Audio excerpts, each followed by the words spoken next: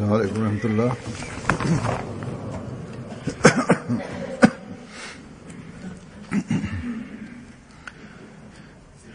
अशहदु अल्ला इलाहा इल्लल्लाह वहदहु ला शरीक लहु व अशहदु अन्ना मुहम्मदन अब्दुहु व रसूलुहु। अम्मा बादु फ़अऊज़ु बिल्लाहि मिनश शैतानिर रजीम। बिस्मिल्लाहिर रहमानिर रहीम। अल्हम्दुलिल्लाहि रब्बिल आलमीन अर्रहमानिर रहीम मालिकि यौमिद्दीन। इय्याका नअबुदु व इय्याका नस्तईन। इहदिनस सिरातल मुस्तकीम सिरातल लज़ीना अनअमता अलैहिम गैरिल मग़्दूबि अलैहिम वलद्दाल्लीन। या अय्युहल्लज़ीना आमनू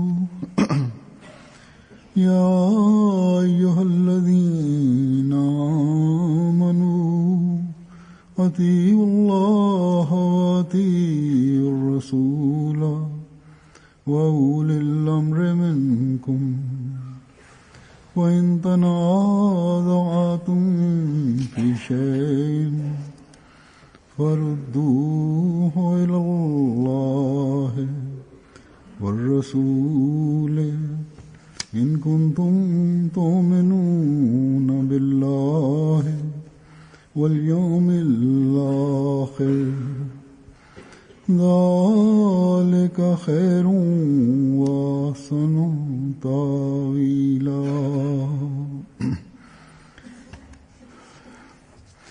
ऐ वो लोग उहे इंसानो मान लाए हो, जन ईमान आंदो आहे, अल्लाह की इताअत करो, अल्लाह जी इताअत कयो की इताअत करो ऐं रसूल जी इताअत कयो काम की भी। ऐं पंहिंजे हाकमनि जी बि।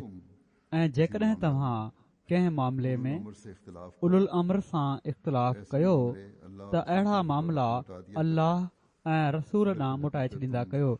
जेकॾहिं फ़िल हक़ीक़त तव्हां अल्लाह ते ऐं यौम आख़िर ते ईमान आणण वारा आहियो। हीउ तमामु बहितर तरीक़ो आहे ऐं अंजाम जे लिहाज़ खां तमामु सुठो आहे। सो हिन आयत में हिकिड़े सचे मोमिन जे बारे में हिकिड़ी उसूली ॻाल्हि बयानु फरमाई वई आहे त उन पंहिंजी इताअत जी वस्फ़ खे निमाया करणो आहे, अछो उजरो करे ॾेखारणो आहे। तोड़े उहा अल्लाह ताला जी इताअत हुजे, अल्लाह ताला जे रसूल जी इताअत हुजे या हाकिमनि जी इताअत हुजे। हा, जेकॾहिं हुकूमत अल्लाह ताला ऐं उन जे रसूल जे वाज़े हुक्म जे ख़िलाफ़ को हुकुम ॾे त पोइ बहरहाल अल्लाह ताला ऐं उन जे रसूल जो हुकुम मुक़दम आहे। पर जेकॾहिं मज़हबी मामलनि में दख़ल अंदाज़ी नाहे त पोइ हाकिम तोड़े मुस्लिम हुजनि या गैर मुस्लिम, उन्हनि जी इताअत ज़रूरी आहे। हज़रत मसीह मऊद अलैहिस्सलातु वस्सलाम इन बारे में हिकिड़े हंधि फरमाइनि था त क़ुरान में हुकुम आहे त अतीउल्लाह व अतीउर रसूल व उलिल अम्रि मिनकुम। हाणे उलिल अम्र जी इताअत जो साफ़ हुकुम आहे। जेकॾहिं को चए त गवर्नमेंट मिनकुम में दाख़िल नाहे त हीअ उन जी वाज़े ग़लती आहे। गवर्नमेंट जेका ॻाल्हि शरीयत जे मुताबिक़ करे थी उहा मिनकुम में दाख़िल आहे। जेको असांजी मुखालफ़त नथो करे उहो असां में दाख़िल आहे। माया इशारत नस के तौर पर फरमाइनि था इशारत नस जे तौर ते क़ुर मां साबित थिए थो त गवर्नमेंट जी इताद करणु घुर्जे, यानी साफ़ तौर ते ज़ाहिर आहे क़ुर शरीफ़ मां के तमामु वाज़े आहे त ये इशारा इस आयत में है इहो इशारो हिन आयत में आहे की इताद भी त गवर्नमेंट जी इताद बि करणु घुर्जे। बस इस तो ज़माने के हिन ज़माने जे ने हकम ऐं अदल वाज़े फरमाए छॾियो आहे त सवाइ ख़ुदा ताला के रसूल ऐं उन जे रसूल जे हुकमनि जी नफ़ी करण वारनि हुकमनि जे अमूमन उमूमन दुनिया जे हुकमनि में एक मोमिन का काम है हिकिड़े मोमिन जो कमु आहे वो मुकम्मल तौर त हू मुकमिल तौर ते मुल्की कानूननि जी पाबंदी करे। अगर ये सुनहरी असूल जेकॾहिं ही सुनहरी उसूल हिन वक़्त जा मुस्लमान बि अख़्तियार करे वठनि त वक़्त जी हुकूमत सां विढ़णो नाहे जो त केतिरनि ई मुल्कनि में जेका फसाद जी सूरत हाल आहे उन में घणी हद ताईं सुकून अची सघे थो। इस वक्त में इस बहस में बहरहाल बगैर हिन वक़्त मां हिन बहस में पए बिना फसाद पैदा करने त हुक्मराननि जो केतिरो कसूर आहे कितना कसूर है ऐं फसाद पैदा करण वारनि गिरोहनि जो केतिरो कसूर आहे किस हद तक ऐं इन जे करे मुस्लिम उम्मा केतिरी हद ताईं मुतासिर थी रही आहे। वसीम अलैहिस्सलाम का एक मां हज़रत मसीह मऊद अलैहिस्सलातु वस्सलाम जो हिकिड़ो इक़्तिबास तव्हांजे साम्हूं रखंदुसि। इताअत के मयार काफ़ी ॾिघो इक़्तिबास आहे इताअत की जेको इताअत जे मयार, करने के नुकसान इताअत जी अहमियत, और इताअत न करण जे नुक़साननि ऐं इस्लाम जे पखिड़जण में इताअत जे किरदार वग़ैरह पहलुअनि खे पंहिंजे अंदरि समेटियो वेठो आहे। जमाने में अहमदी हिन ज़माने में अहमदी इन ॻाल्हि जो सही इज़हार करे सघनि था या इताअत जो सही इज़हार करे सघनि था ऐं दुनिया खे ॾेखारे सघनि था मानों के वकार त मुस्लमाननि जे वक़ार खे कहिड़ी तरह क़ाइमु करे सघिजे थो। बहरहाल अपनी अपनी नमूने बहरहाल पंहिंजा अमली नमूना पहिरियों आहिनि, बुलंद करना पहले है। पंहिंजे इताअत जे मयारनि खे बुलंद करणु पहिरियां आहे। बयान करते हुए हज़रत मसीह मऊद अलैहिस्सलातु वस्सलाम ही बयानु कंदे फरमाइनि था अल्लाह त यानी अल्लाह ऐं उन जे रसूल ऐं बादशाहनि जी ऐसी चीज है इताअत अख़्तियार कयो। सच्चे दिल से इताअत हिकिड़ी अहिड़ी शइ आहे जो जेकॾहिं सॼीअ दिलि सां अख़्तियार कई वञे त दिलि में हिकिड़ो नूर रोशनी ऐं रूह में हिकिड़ी लज़त ऐं रोशनी ईंदी आहे। इस कदर जरूरत नहीं है मुजाहिदात मुजाहिदनि जी एतिरे क़दुरु ज़रूरत नाहे, इताअत की जरूरत है। मुजाहिदनि जी एतिरे क़दुरु ज़रूरत नाहे जेतिरे क़दुरु इताअत जी ज़रूरत आहे। सच्ची इताअत मगर हा ही शर्त आहे और यही एक त सची इताअत हुजे ऐं इहो ई हिकिड़ो ॾुखियो कमु आहे। अपने हवाए नफ्स को इताअत में ज़िबा कर देना पंहिंजे नफ़्स जी ख़्वाहिशुनि खे ज़िबह करे छॾणु ज़रूरी हूंदो आहे, हो नहीं सकती। सवाइ इन जे हवाए इताअत नफ्स थी ही नथी एक ऐसी सघे। चीज है जो बड़े बड़े ऐं नफ़्स जूं ख़्वाहिशूं ई हिकिड़ी अहिड़ी शइ आहे जेका वॾनि वॾनि मुहदनि जे क़ल्ब में बि बुत बणिजी सघे थी। सहाबा रिज़वानुल्लाह अलैहिम अजमईन पर असहाब रिज़वानुल्लाह अलैहिम अजमईन ते केॾो न फज़ल हो वसल्लम की इताअत में ऐं उहा केॾी न रसूलुल्लाह सल्लल्लाहु अलैहि वसल्लम जी इताअत में फनाशुदा क़ौम हुई। कोई कौम हीअ सची ॻाल्हि आहे कौम नहीं त का क़ौम नथी चवराए सघे मिलियत और ऐं इन्हनि में की जाती हिकु क़ौम हुअण कि वो ऐं ॿधी जो रूह नथो फूके सघिजे इख्तियार जेसि ताईं जो उहा फर्मा बरदारी जे उसूल खे अख़्तियार न करे रहे। ऐं जेकॾहिं राय जो इख़्तिलाफ़ ऐं फोट रहे त पोइ सम्झी वठो त ही इदबार ऐं तनज़ुल जा निशान आहिनि। फिर ज़वाल ही ज़वाल है। पोइ ज़वाल ई ज़वाल आहे। और तनज़्ज़ुल फरमाइनि के था जुमला दीगर असबाब मुस्लमाननि जे ज़ौफ़ इख्तिलाफ ऐं तनज़ुल जे तनाज़ात भी तमामु ॿियनि सबबनि समेत बस पाण में इख़्तिलाफ़ ऐं अंदरूनी तकरार बि सबब आहिनि। की इताअत करे सो जेकॾहिं राय जे इख़्तिलाफ़ खे अल्लाह ताला ने हुक्म छॾे ॾियनि ऐं हिक जी इताअत कनि कुछ चाहते हैं जंहिंजी इताअत जो अल्लाह ताला हुकुम ॾिनो आहे अल्लाह त ताला पोइ का जेको हाथ कमु चाहिनि था उहो थी वेंदो आहे। अल्लाह ताला जो हथु जमायत ते हूंदो आहे। इन में इहो ई त राज़ आहे फरमाता त अल्लाह ताला तौहीद है। खे ये पसंदि वहदत फरमाईंदो कायम आहे नहीं हो सकती जब तक ऐं हीअ वहदत क़ाइमु नथी थी सघे जेसि ताईं पैगंबर खुदा इताअत न कई वञे। सल्लल्लाहु अलैहि वसल्लम के ज़माने में पैगंबर ख़ुदा सल्लल्लाहु अलैहि वसल्लम जे ज़माने में असहाब वॾा दाना हुआ। ख़ुदा उन्हनि जी बनावट ई अहिड़ी रखी हुई जो हू सियासत जे उसूल खां बि ख़ूब वाक़िफ़ हुआ।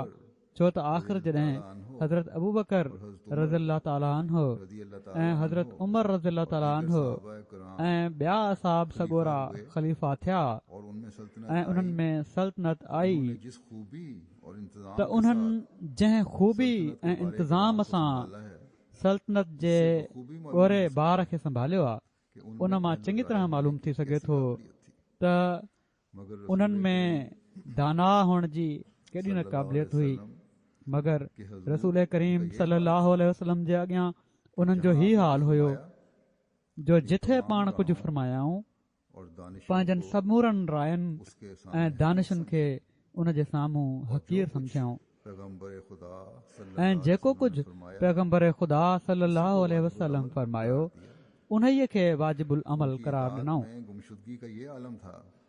उन्हनि जो इताअत में गुम थियण जो ही आलम हुयो जो हू संदन वुज़ू जे बचियल पाणी में बरकत ॻोल्हींदा हुआ ऐं संदन चप मुबारक खे मुतबरक सम्झंदा हुआ। जेकॾहिं उन्हनि में ही इताअत ही तस्लीम जो मादो न हुजे हा बल्कि हर हिकु पंहिंजी राय खे मुक़दम सम्झे हा ऐं फोट पइजी वञे हा त हू एतिरे क़दुरु बुलंद रुतबा हासिल न कनि हा। मुंहिंजे वेझो शियनि ऐं सुनियुनि जे झेड़नि खे ख़तमु करण लाइ इहो ई हिकिड़ो दलील काफ़ी आहे त असहाब सॻोरनि में पाण में फोट हा पाण में कंहिं क़िस्म जी फोट ऐं दुश्मनी कोन हुई छो त उन्हनि जूं तरक़ियूं ऐं कामयाबियूं इन ॻाल्हि जो सबूत आहिनि त हू पाण में हिकु हुआ ऐं का बि कंहिंसां दुश्मनी कोन हुई। बेसमझ मुखालफ़नि चयो आहे त इस्लाम तलवार जे ज़ोर सां पखिड़ियो वियो मगर मां थो चवां ही सही नाहे। असुल ॻाल्हि हीअ आहे त दिलि जूं नालियूं इताअत जे पाणी सां भरिजी वही पयूं हुयूं। ही उन इताअत ऐं इतिहाद जो नतीजो हुयो जो उन्हनि ॿियनि दिलनि खे खटे वरितो। मुंहिंजो त ही मज़हब आहे त उहा तलवार जेका उन्हनि खे खणणी पई उहा सिर्फ़ पंहिंजी हिफ़ाज़त जे लाइ हुई न त जेकॾहिं हू तलवार न बि खणनि हा त यकीनन हू ज़ुबान सां ई दुनिया खे फ़तह करे वठनि हा। फरमाइनि था सुखन कस दिल बिरूं आयत नशीनत लाजरम बरदिल।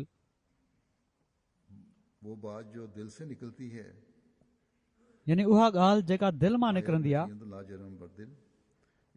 आयत नशीनत लाजरम बरदिल इन में को शक न आहे उहा दिलि ते ज़रूरु असरु कंदी आहे। जेका ॻाल्हि दिलि मां निकिरे दिलि ते ज़रूरु असरु कंदी आहे। फरमाइनि था उन्हनि हिकिड़ी सदाकत ऐं हक़ खे क़बूल कयो हुयो ऐं पोइ सचीअ दिलि सां क़बूल कयो हुआऊं। इन में को तकल्लुफ़ ऐं नुमाइश न हुई। उन्हनि जो सिदकी उन्हनि जी कामयाबियुनि जो ज़रियो बणियो। हीअ सची ॻाल्हि आहे त सादिक पंहिंजे सिदक जी तलवार खां ई कमु वठंदो आहे। पाण पैगंबर ख़ुदा सल्लल्लाहु अलैहि वसल्लम जी शिकिल ऐं सूरत जंहिं ते ख़ुदा ते भरोसो करण जो नूर चढ़ियलु हुयो ऐं जंहिं में जलाली ऐं जमाली रंग हुयो उन में ई हिकिड़ी कशिश ऐं कुवत हुई जो पाण बेअख्तियार दिलनि खे छिके वठंदा हुआ ऐं पोइ संदन जमायत इताअत रसूल जो उहो नमूनो ॾेखारियो ऐं उन जी इस्तक़ामत अहिड़ी फ़ौकुल करामत साबित थी जो जेको उन्हनि खे ॾिसंदो हुयो उहो बेअख्तियार थी उन्हनि ॾांहुं हलियो ईंदो हुयो। उहो नमूनो जेको ॾेखारियो उन्हनि ऐं पोइ मुस्तक़िल मिज़ाजी सां ॾेखारींदा विया उन जी करामत हुई जो जंहिं उन खे ॾिठो उहो बेअख्तियार उन्हनि ॾांहुं छिकजंदो आयो। मक़सद असहाबनि जहिड़ी हालत ऐं वहदत जी ज़रूरत हाणे बि आहे छो त अल्लाह ताला हिन जमायत खे जेका मसीह मौत जे हथ सां तयारु थी रही आहे उन ई जमायत सां शामिल कयो आहे जेका रसूलुल्लाह सल्लल्लाहु अलैहि वसल्लम तयारु कई हुई ऐं छो त जमायत जी तरक़ी अहिड़नि ई माण्हुनि जे नमूननि सां थींदी आहे तंहिं करे तव्हां जेके मसीह मौद जी जमायत चवराए असाबनि जी जमायत सां मिलण जी दिली ख़्वाहिश रखो था पंहिंजे अंदरि असाबनि जो रंग पैदा कयो इताअत हुजे त ओढ़ी पाण में मोहबत ऐं भाईचारो हुजे त ओढ़ो मक़सदु हर रंग में हर सूरत में तव्हां उहा ई शिकिल अख़्तियार कयो जेका असाबनि जी हुई। हिन हिकिड़े इक़्तिबास में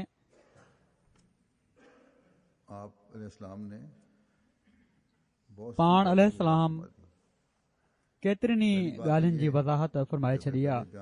पहिरीं ॻाल्हि त हीअ त जहिड़ो की पहिरियां बि बयानु थी चुको आहे त अलाह ताला जी इताअत कयो ऐं अलाह ताला जे रसूल जी इताअत कयो ऐं पोइ उलुल अम्र यानी पंहिंजे सरदारनि हुकूमत वग़ैरह जी इताअत कयो। हिन में हुकूमती निज़ाम बि अची वञे थो ऐं जमायत जो निज़ाम बि अची वञे थो ऐं ख़िलाफ़त जी इताअत त हिननि ॿिन्ही खां मथे आहे छो त ख़िलाफ़त अल्लाह ऐं उन जे रसूल जे हुकमनि खे ई क़ाइमु करे थी ऐं जमायत जो निज़ाम ख़िलाफ़त जे ताबे आहे ऐं हीअ ख़िलाफ़त जी ख़ूबसूरती आहे जो बाज़ दफ़ा जेकॾहिं निज़ाम जमायत खे हलाइण जे लाइ मुक़ररु कयल कारकुननि ऐं जमायत जे माण्हुनि जे तालुक़ में को मसइलो पैदा थी वञे को तकरार पैदा थी वञे त ख़लीफ़ा वक़्तु उन खे ख़तमु कंदो आहे। हीउ उन जे फ़र्ज़नि में शामिल आहे। हिते हीअ बि वाज़े हुजे त जहिड़ो की मूं चयो त ख़िलाफ़त जी इताअत हुकूमत खां बि मथे आहे त कंहिं क़िस्म जी ग़लतफ़हमी इन मां न थियणु घुरिजे। ख़लीफ़े वक़्तु मुल्की कानूननि जी सभिनी खां वधीक पाबंदी कंदो आहे करण वारो आहे ऐं कराइण वारो आहे। हज़रत मसीह मऊद अलैहिस्सलातु वस्सलाम हिकिड़े हंधि फ़रमाइनि था त उलिल अम्र मां मुराद जिस्मानी तौर ते बादशाह ऐं रूहानी तौर ते इमाम ज़मान आहे। सो हुकूमत जे दुनिया जे निज़ाम जे अंदरि हिकिड़ो रूहानी निज़ाम बि हली सघे थो ऐं हलंदो आहे ऐं असीं ख़ुशकिस्मत आहियूं जो हिन रूहानी निज़ाम जो असीं हिसो आहियूं ऐं इमाम ज़मान जे निज़ाम खे जारी करण जे लाइ अल्लाह ताला ख़िलाफ़त जो निज़ाम बि जारी फ़रमायो आहे जेको अल्लाह ऐं उन जे रसूल जी हुकूमत दिलनि में क़ाइमु करण जे लाइ कोशिशि करे थो ऐं तकरार जी सूरत में जहिड़ो की अल्लाह ताला जो हुकुम आहे अल्लाह ताला ऐं उन जे रसूल जे हुकुम जे मुताबिक़ फ़ैसिलो करे थो। हीअ बि असां ते अल्लाह ताला जो अहसान आहे त ख़िलाफ़त जो निज़ाम असां ते जारी आहे न त अल्लाह ताला ऐं उन जे रसूल जी तरफ़ मोटाइण जे बारे में मुख़्तलिफ़ फ़िरक़नि ऐं फ़ुक़हा जूं पंहिंजूं पंहिंजूं तशरीहूं ऐं तफ़सीर आहिनि ऐं अहिड़ा आहिनि जेके किन मामलनि खे सुलझाइण जे बदिरां उलझाइण वारा आहिनि ऐं उलझाए सघनि था। अहिड़ी तरह हुकूमत वक़्त सां मामलनि में बि मुख़्तलिफ़ नज़रिया मुख़्तलिफ़ मसइला पैदा करे सघनि था। सो हिकु इज्तिहाद ऐं फ़ैसिलो ख़िलाफ़त जे ताबे रही थी सघे थो। इन ॻाल्हि ते अहमदी जेतिरो बि शुक्र कनि उहो घटि आहे ऐं हिन शुक्र जो इज़हार ख़िलाफ़त जी मुकमिल इताअत सां ई थी सघे थो। हज़रत मसीह मऊद अलैहिस्सलातु वस्सलाम पोइ हीअ बि फ़रमायो आहे ऐं हीअ वॾी अहम ॻाल्हि आहे त इताअत जेकॾहिं सचीअ दिलि सां कई वञे त दिलि में हिकिड़ो नूर ऐं रूह में हिकिड़ी लज़त ऐं रोशनी ईंदी आहे ऐं यकीनन इन मां मुराद रूहानी निज़ाम जी इताअत आहे ऐं हीउ मयार आहे हर हिक जे लाइ पंहिंजी इताअत खे मापण जो त छा दिलि में नूर पैदा थी रहियो आहे इताअत सां रूह में लज़त रोशनी अची रही आहे। जेकॾहिं हर हिकु ख़ुदि इन ते गौर करे त पंहिंजे इताद जे मयार खे पाण ई परखे वठंदो त केतिरी आहे, केतिरे क़दुरु अल्लाह ताला जी हू इताद करे रहियो आहे, केतिरे क़दुरु रसूल जी हू इताद करे रहियो आहे, ऐं केतिरे क़दुरु मसीह मऊद अलैहिस्सलाम जे ज़रिए क़ाइमु कयल निज़ाम ख़िलाफ़त जी इताद करे रहियो आहे। जेकॾहिं अल्लाह ताला ऐं उन जे रसूल जी इताद खां पोइ को नूर हासिल नथो थिए त पाण फरमाइनि था इन जो को फ़ाइदो न आहे। हुकूमत वक़्त जी इताद सां अमुन ऐं सुकून त पैदा थींदो, पर रूहानी रोशनी ऐं लज़त रूहानी निज़ाम जी इताद में ई आहे। पोइ पंहिंजे रूहानी मयार खे बुलंद करण जे लाइ हिकिड़ो नुक़्तो पाण ई बयानु फरमायाऊं त मुजाहिदनि जी एतिरी ज़रूरत न आहे जेतिरी इताद जी आहे। इंसान जेतिरा वणेसि मुजाहिदा कंदो रहे, पर जेकॾहिं इताद न आहे त नई इंसान खे रूहानी लज़त ऐं रोशनी मिली सघे थी, न ज़िंदगीअ जो सुकून मिली सघे थो। सो जेके माण्हू पंहिंजनि निमाज़ुनि ऐं इबादतुनि ते वॾो फ़ख्रु करे रहिया हूंदा आहिनि ऐं इताद खां ॿाहिरि निकिरंदा आहिनि, उहे अल्लाह ताला जे फज़लनि जा वारिस नथा बणिजी सघनि। पोइ इताद जो मयार हासिल करण जे लाइ हिकिड़ी अहम ॻाल्हि पाण हीअ बयानु फरमायाऊं त इताद में पंहिंजे नफ़्स जी ख़्वाहिशुनि खे ज़िबह करणु ज़रूरी आहे। पंहिंजे तकबुर खे ख़तमु करणो पवंदो, पंहिंजी अनानियत ते काती वाइणी पवंदी, पंहिंजिन ख़्वाहिशुनि खे अल्लाह ताला ऐं उन जे रसूल सल्लल्लाहु अलैहि वसल्लम जी मर्ज़ी जे मुताबिक़ करणो पवंदो, तॾहिं इताद जो मयार हासिल थींदो। न त पाण फरमाइनि था इन खां बग़ैर इताद मुमकिन ई न आहे। पाण फरमाइनि था त वॾनि वॾनि मुआहिदनि जे दिलनि में बि बुत बणिजी सघनि था। अहिड़ा माण्हू जेके हिकु ख़ुदा जी इबादत करण वारा आहिनि, हीअ चवनि था त असां हिकु ख़ुदा खे मञण वारा आहियूं, हर वक़्तु अल्लाह ताला जी यादि बकौल उन्हनि जी दिलि में आहे। फरमाइनि था त उन्हनि जी दिलनि में बि बुत बणिजी सघनि था। बेशक हिकु ख़ुदा जी इबादत जी दावा हुजे, पर ख़ुदि पसंदी ऐं फ़ख्र जा बुत दिलनि में वेठा हूंदा, जेके हिकिड़े वक़्त में पोइ इंसान खे अदना इताद खां बि ॿाहिरि कढी छॾींदा आहिनि। वॾियूं वॾियूं ॻाल्हियूं त हिकु पासे रहियूं। पाण वाज़े फरमायाऊं त असहाब रिज़वानुल्लाह अलैहिम सची इताद खां पोइ ई पंहिंजी इबादतुनि जा उहे तमामु आला नतीजा हासिल कया जेके असांजे लाइ अॼु नमूनो आहिनि। हिकिड़ी हदीस में अचे थो, पाण ई फरमायाऊं इताद कहिड़ी तरह हुअणु घुर्जे त तव्हांजे मथां जेकॾहिं हबशी गुलाम बि अमीर मुक़ररु कयो वञे त उन जी बि इताद कयो। बल्कि हीअ बि फरमायाऊं त वॾी किशमिश जे दाणे जेतिरे वारे मथे वारो बि जेकॾहिं अमीर मुक़ररु कयो वञे त उन जी बि इताद कयो। यानी जेकॾहिं उन में अक़ली लिहाज़ खां कुझु कमियूं बि हुजनि त हज़रत मसीह मऊद अलैहिस्सलातु वस्सलाम क़ौमी तरक़ी खे बि इताद सां जोड़े वाज़े फरमाए छॾियो आहे त का क़ौम नथी चवराए सघे ऐं उन्हनि में हिकु क़ौम हुअण ऐं ॿधी जो रूह नाहे भरियो वेंदो जेसि ताईं फर्मा बरदारी जे उसूल खे अख़्तियार न कंदा। सो इन उसूल खे अख़्तियार करणी तरक़ीअ जो राज़ आहे। पाण सॻोरन सल्लल्लाहु अलैहि वसल्लम बि इहो ई फरमायो आहे त तरक़ी जमायत सां गॾु रहण, वक़्त जे इमाम जूं ॻाल्हियूं ॿुधण ऐं इताद सां ई मिलणी आहे। इन खां बग़ैर तरक़ी नथी मिली सघे।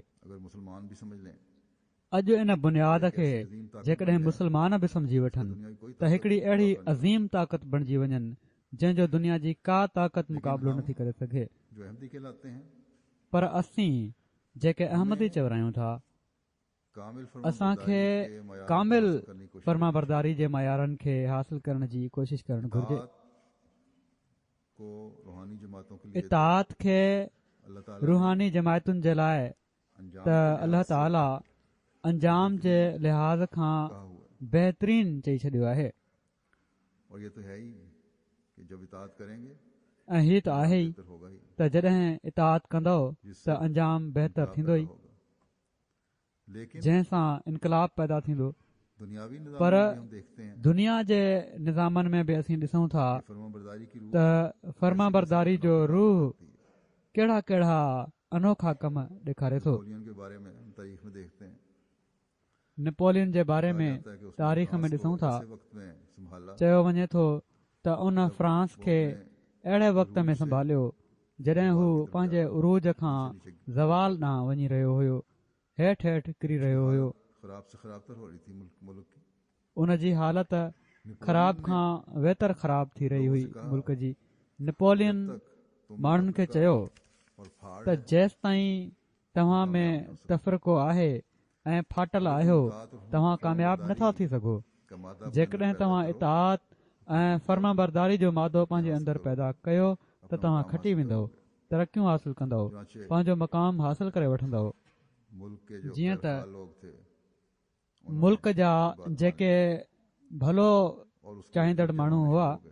उन्हनि उन जी ॻाल्हि मञी वरिती ऐं उन जे चौधारी गॾु थियणु शुरू थी विया।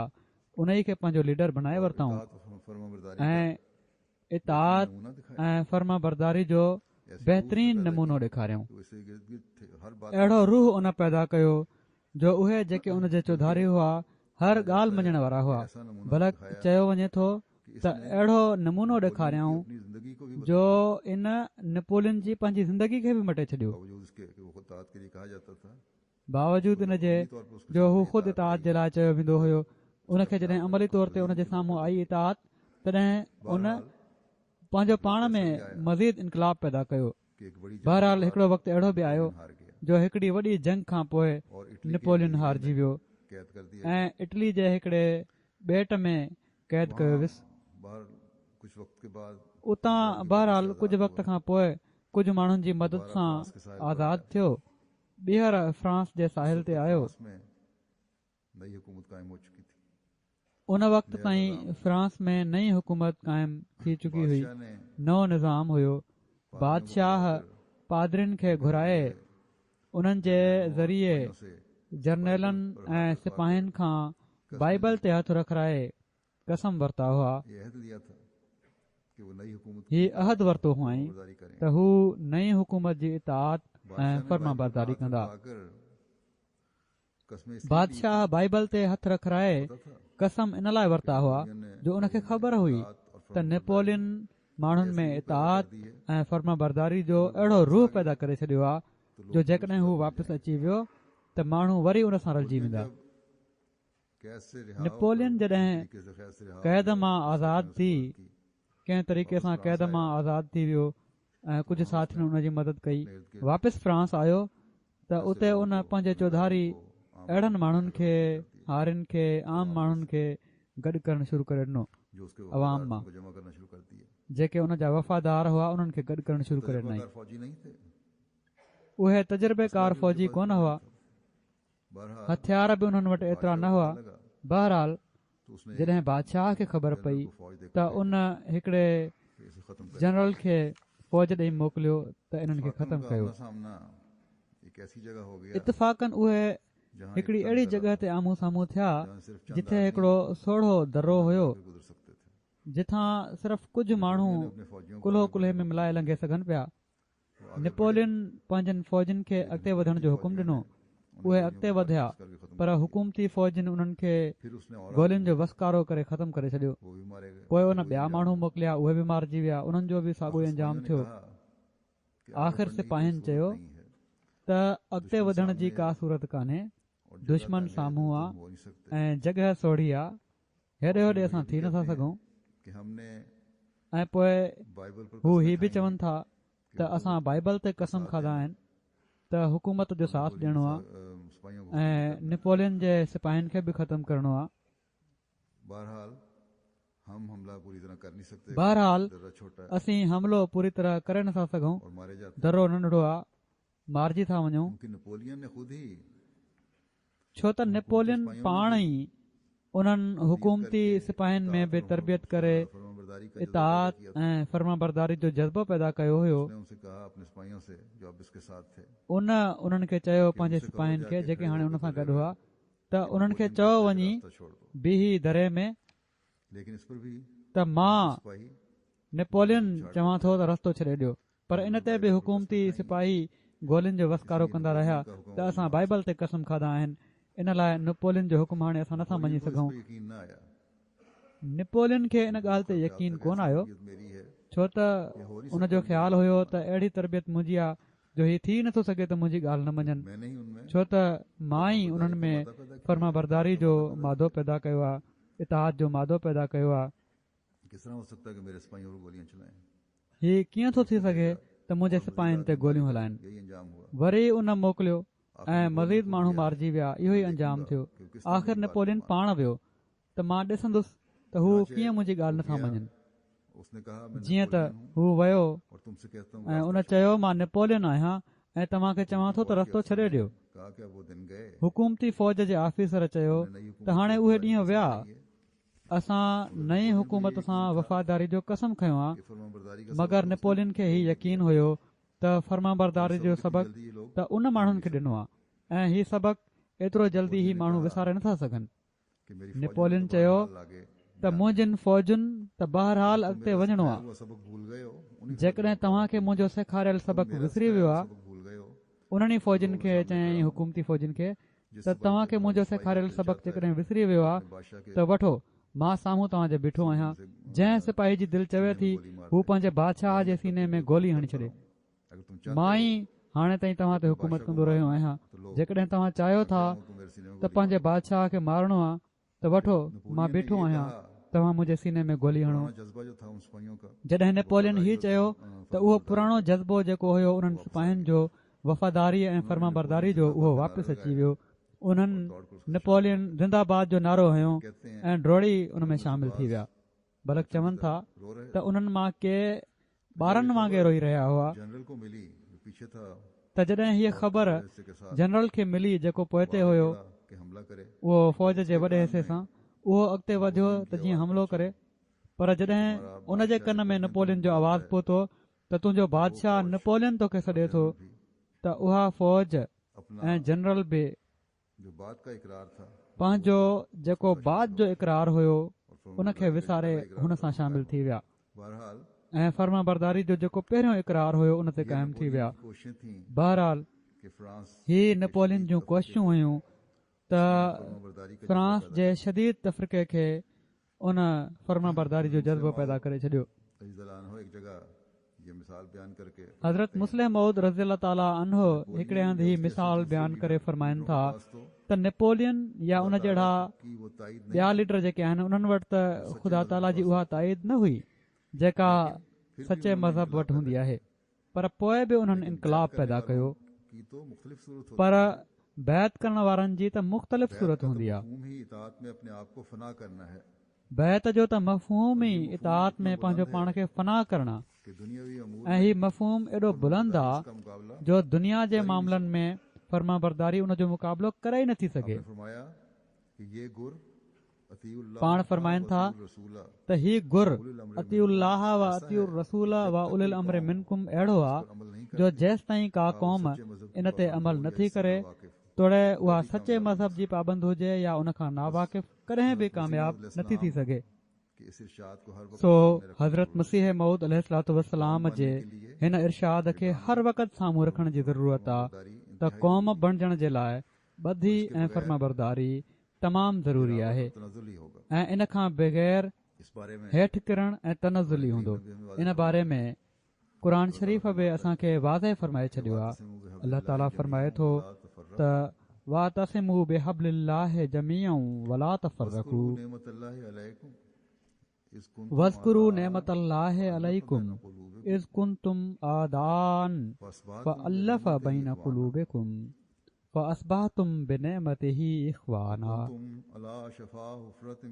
वकुंतुम अला शफ़ा हुफ़रतिम मिनन्नार फ़अनक़ज़कुम मिन्हा।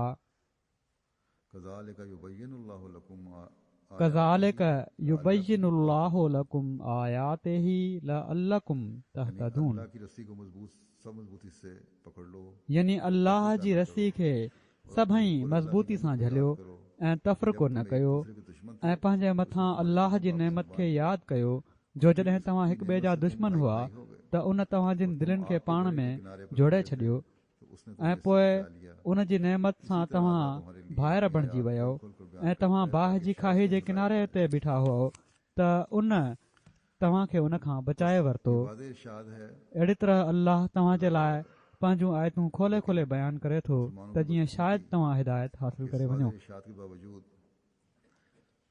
सो ही वाज़े इरशाद आहे अल्लाह ताला जो, तफरीक़ा पर मुस्लमाननि जी बदकिस्मती त इन वाज़े इरशाद जे बावजूद तफ़रीक़े जी इंतिहा ताईं पहुतल आहिनि ऐं पंहिंजे मथां जेके इनाम थिया हुआ उन्हनि खे विसारे वेठा आहिनि ऐं इतबार ऐं तनज़ुल जी इंतिहाउनि खे बि इन जे करे छुहनि पिया था।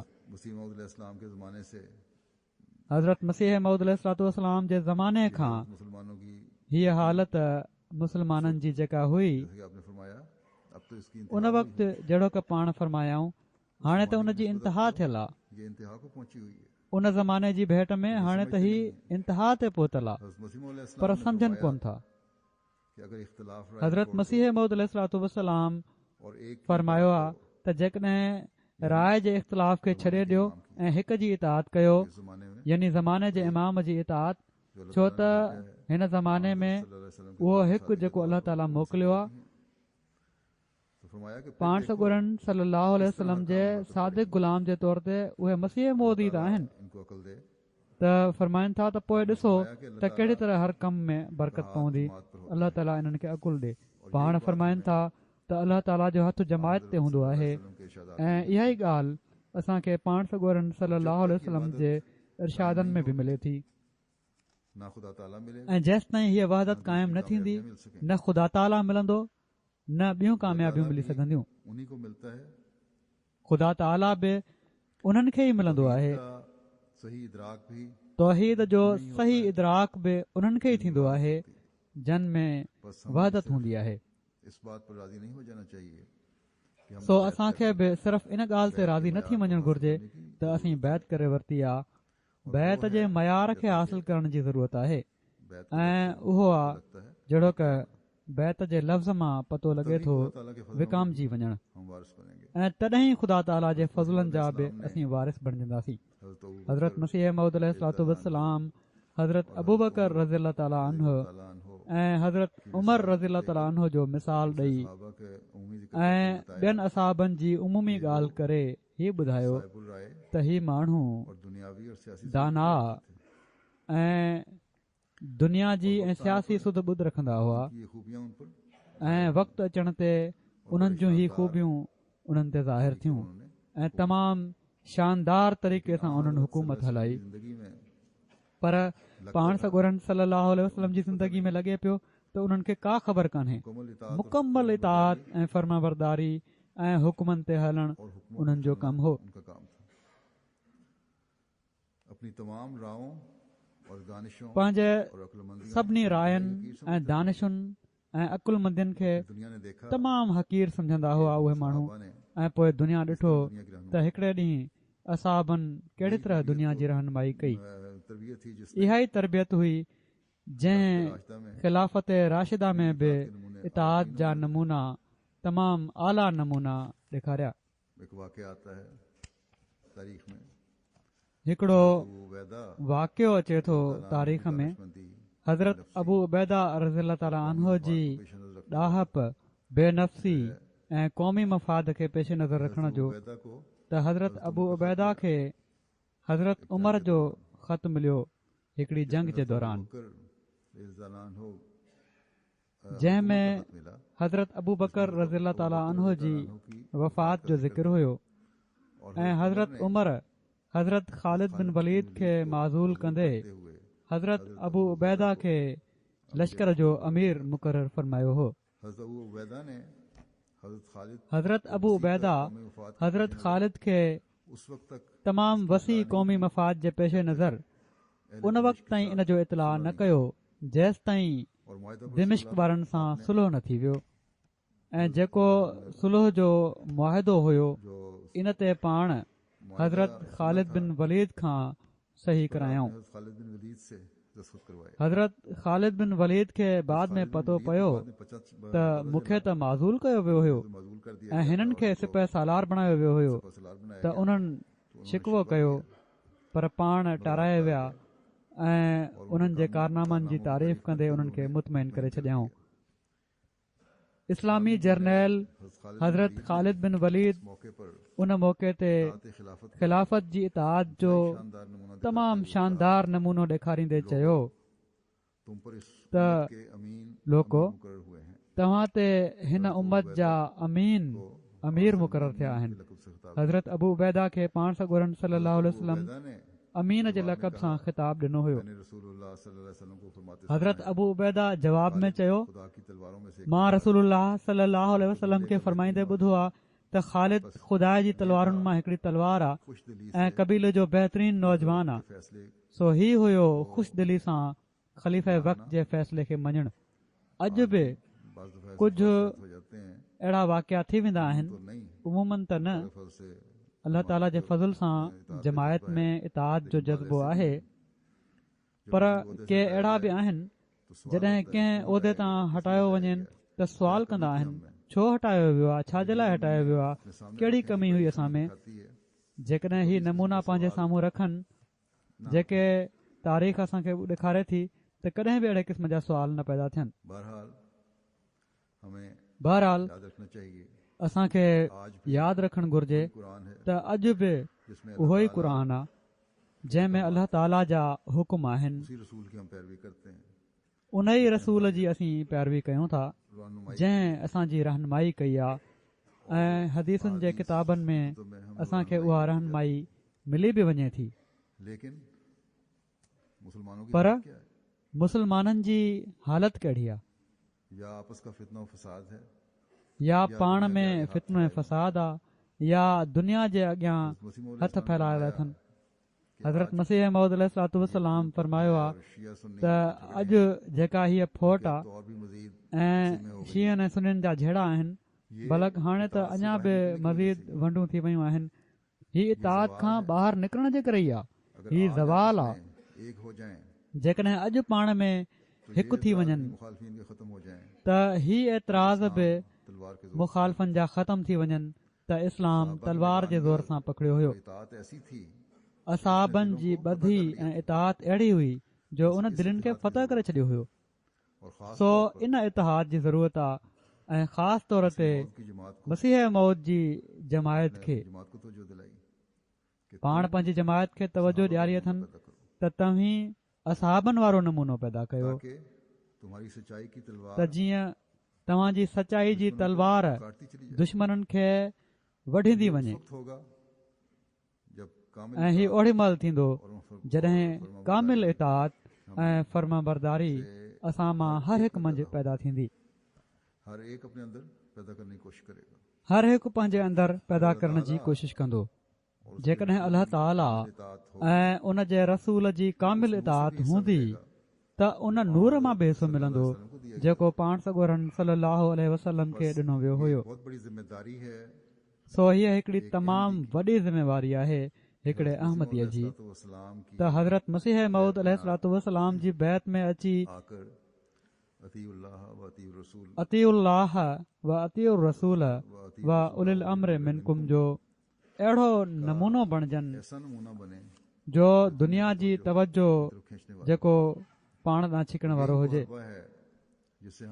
ऐं इहो ई उहो हरबो आहे जंहिंसां असीं दुनिया जूं दिलियूं खटे सघूं था, जंहिंसां असीं दुनिया खे अल्लाह ताला ऐं उन जे रसूल सल्लल्लाहु अलैहि वसल्लम जे क़दमनि में आणे विझी सघूं था, जंहिंसां असीं दुनिया जी रहनुमाई करे सघूं था, जंहिंसां असीं दुनिया जे फ़सादनि खे ख़तमु करे सघूं था।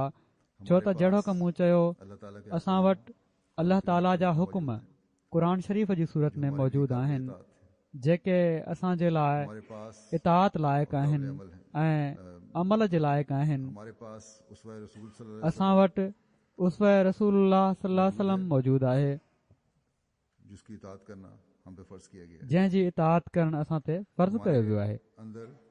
असांजे अंदरि उलिल अम्र जो रूहानी निज़ाम बि मौजूदु आहे जेको अल्लाह ऐं उन जे रसूल सल्लल्लाहु अलैहि वसल्लम जे हुक्मनि जी तरफ़ तवजो ॾियारींदो रहे थो। सो को सबबु नाहे त असीं पाण में ऐं ॿियनि में हिकिड़ो निमाया फ़र्क़ु न पैदा करे सघूं।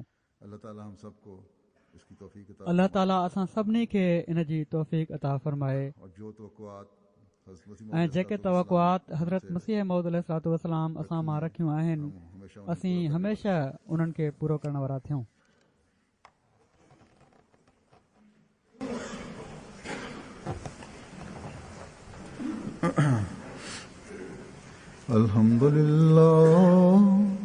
अल्हम्दुलिल्लाह नहमदुहु व नस्तईनुहु व नस्तगफिरुहु व नुमिनु बिही व नतवक्कलु अलैहि व नऊज़ु बिल्लाहि मिन शुरूरि अनफुसिना व मिन सय्यिआति अअमालिना मन यहदिहिल्लाहु फला मुदिल्ल लहु व मन युद्लिल्हु फला हादिय लहु व नशहदु अन ला इलाहा इल्लल्लाह व नशहदु अन्ना मुहम्मदन अब्दुहु व रसूलुहु। इबादल्लाह रहमकुमुल्लाह इन्नल्लाह यामुरु बिल अदलि वल इहसान व ईताइ ज़िल क़ुर्बा व यन्हा अनिल फ़हशाइ वल मुनकरि वल बग़य यइज़ुकुम लअल्लकुम तज़क्करून। उज़्कुरुल्लाह यज़्कुरकुम वदऊहु यस्तजिब लकुम व लज़िक्रुल्लाहि अकबर।